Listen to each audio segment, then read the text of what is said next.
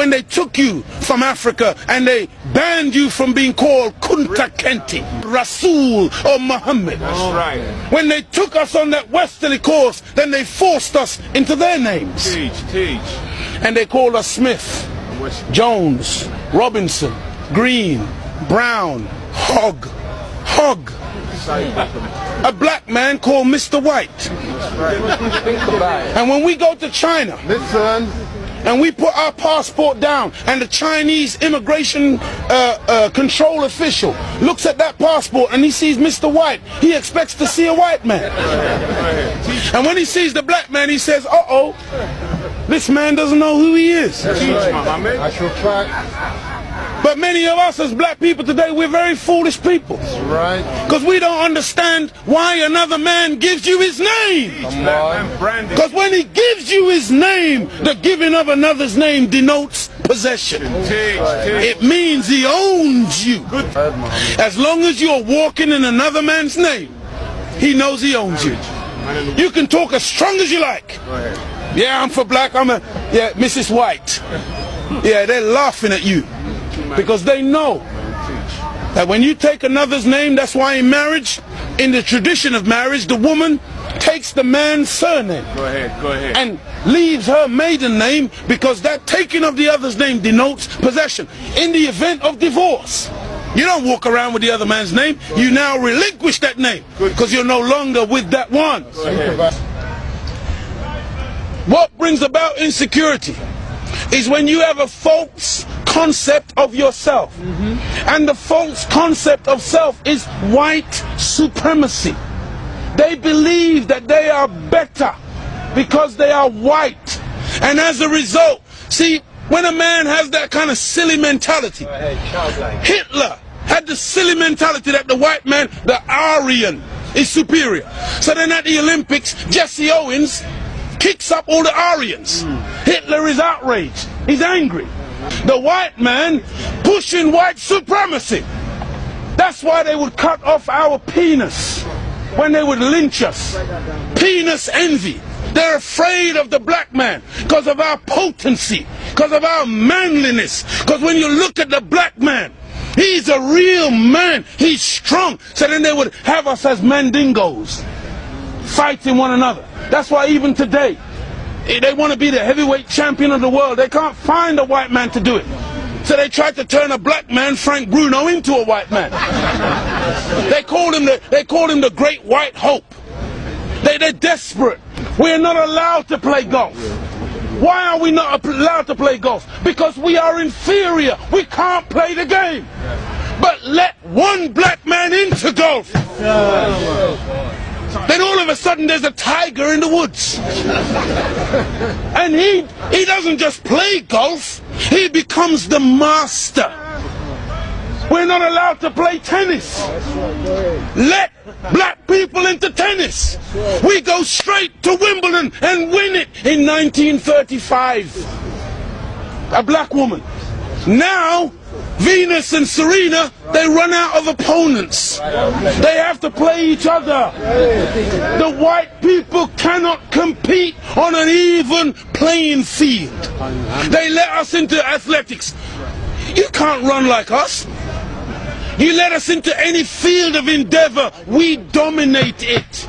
So they feel, and they become very afraid of anything that goes contrary.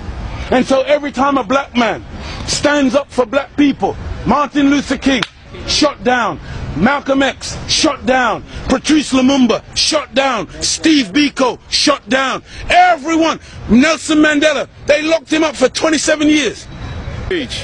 We can count back 400 years of the most brutal treatment. Look, they took my name, my language, my culture. They killed my mother, my father, denied me religion, disallowed me to read or write for over 300 years. Reduced me to the level of an animal where they branded me on my chest, branded me on my buttocks with a branding iron. And they called me 3/5 of a human being in the American Constitution. Is that the act of a human being or the act of a devil? It's for you, you answer it. we're just calling white people names. No! We're just going on the basis of what we have experienced. Black people were taught to hate ourselves. That's right. Even to this day, many of my people suffer from self-hatred. Teach, Muhammad. And you will see us trying to change our skin color. Teach, Muhammad. When I was born in the 50s, in Jamaica, they would take, you know, like my nose, the mothers would sometimes take the nose and try to squash it, to hate self, that they felt that the baby was ugly if it had thick lips and broad nose and black skin. And so this is in order to counterbalance that degree of self-hatred, there had to be a teaching given by Elijah to black people that would allow us to fall in love once again with ourselves. See, because look, I know you're a wise man, and so you must understand that I'm a baby in wisdom, but I'm not a fool. And he's saying here today that the Caucasian is in fact the oldest group on the planet. I beg to differ. Look, one of the most famous anthropologists is Professor Leakey. And when Professor Leakey went in search of the origin of human beings and human species, he didn't stop very long in Europe. He went to Africa. And the oldest bones and the oldest human beings to this day that you call Zinjanthropus, using the Latin meaning Zin and Xanthropus, meaning a black man, that oldest man, they say, is millions of years old. You went back and found one even older than that. You called her Lucy, a black woman. Go ahead. And every sensible historian, anthropologist today agrees that the black man is the father of human beings.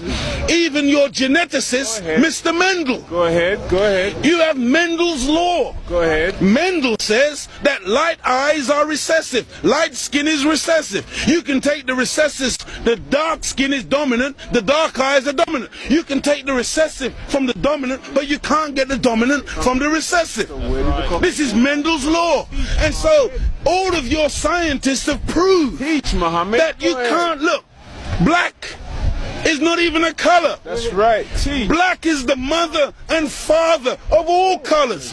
And if you want a baby, even if the woman is a white woman, the baby has to come out of the triple darkness of her womb. And this is the origin of all life. Within the black, you have the whole color spectrum. But in white, two white people laying down together, they can only produce white.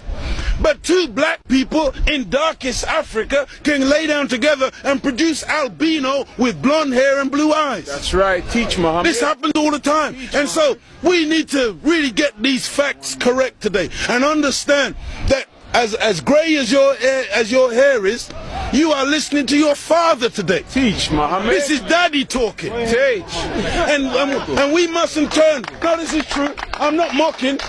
The white man, he came into what he called a new world. Teach, Muhammad. And so all of a sudden you started to name things. Teach, Muhammad. So that's why you called it America, based on, what was his name? Amerigo Vespucci, a Caucasian. Africa. That's why you called it Africa, based on the European explorer called Africanus. You went into America, you called it New York. That's right. Because it was new to you. New England. You called it New England. That's right. You called it New Zealand. You called it Newfoundland. Because it was new to you.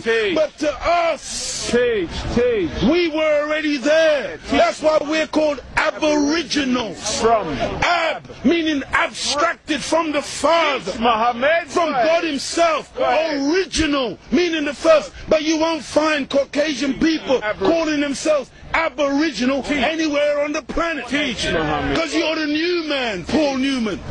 From one blood came all human beings, but we produced you from us. Look at this. Even the word human, you've heard the term of a darker hue. Human, meaning a dark man. Human, a man of color. That's why the topsoil of the earth is called humus. It is the dark organic material that gives life to the earth.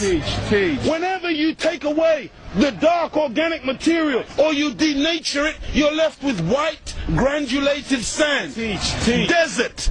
You want to see those of us who think that white something to glorify in. No, no, no. It's a psychological thing with white people where you want to find your place. And your scientists and your historians, they spend so much time asking the question, where do we come from? Because they are puzzled as to your origin. Look at the Chinese, look at the Asians, look at the black people. All of us got dark eyes. All of us got black hair. The only one on the planet who's got ginger hair, blonde hair, brown hair, grey hair, brunette. You are the one that's gone around the world making everything based on colour. You were the one who went into Australia. You were the one who went into South Africa. You were the one who went into Asia and classified people and things based on colour. So that's why this man, Yaqub, he wasn't a madman. He wasn't a mad scientist. He was a good scientist. And the Caucasian person is a person who is anti-nature. That's why when the sun comes out, I'm energized. Me and the sun, we got a relationship. I love the sun. I don't need no sunscreen. I don't get cancer from the sun. Me and the sun have got a good relationship. I love it and it loves me. But white people, you got to put sunblock on. You got to hide from the sun, because now you might get a little melanoma. Part of me on you, that means you're dead.